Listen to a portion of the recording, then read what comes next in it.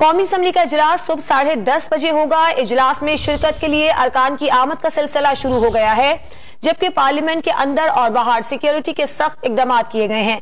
बात करेंगे don news के नुमाइंदे शकील करार से। शकील, आपके सामने कैसी गहमा गहमी है?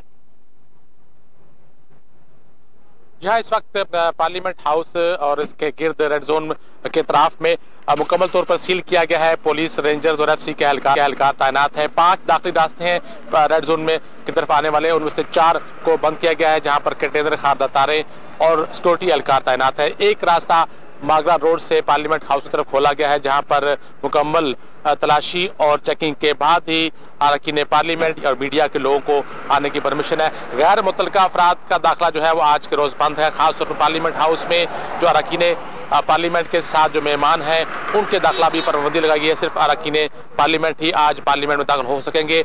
इसी तरह जो पार्लियामेंट का गेट है उसके अंदर और बाहर भारी नफरी एफसी और इस्लामाबाद पुलिस की तैनात है, जबकि इतराफ में रेंजर्स के एहलकार भी अलर्ट मौजूद हैं। अफसरान से कहा गया है कि वो कोई किसी किस्म की यहाँ आज एक्टिविटी ना हो पाए, किसी किस्म की सियासी नारेबाजी या गैदरिंग ना हो पाए, इसलिए इस ईद को मुकम्मल तौर पर सील किया है। और ये सील करने का अमल रात गुज़श्ता रात शुरू हुआ था, जो कि अब तक जारी है। और जो रेड जोन का मेन रास्ते हैं उनके साथ जो मुंसलिक लिंक रोड है उनको भी बंद करके वहां पर एहलकार तैनात किए गए हैं और हर गाड़ी को चेक किया जा रहा है, पूछताछ की जा रही है कि कौन कहाँ पर जा रहा है। खासतौर पर सियासी जमातों के जो मेंबरान है उनको पार्लियामेंट की तरफ आने की परमिशन नहीं है।